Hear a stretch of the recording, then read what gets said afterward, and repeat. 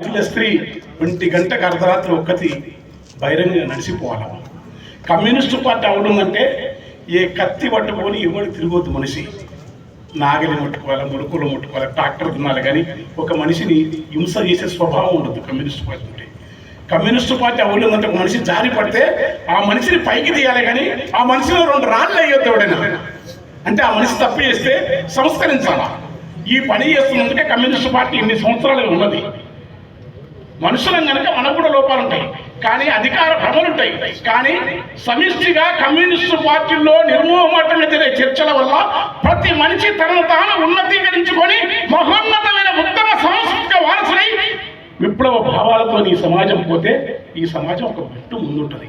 ఆ పని చేస్తున్నందుకు అది వేగవంతం కావాలని, అది రావిశాస్త్రి బాటని, అది పాణిగ్రహి బాటని, అది శుద్ధారణవంత బాటని, ఆ బాట ఏదైతుందో కొనసాగిస్తున్న మీకు వినమ్రంగా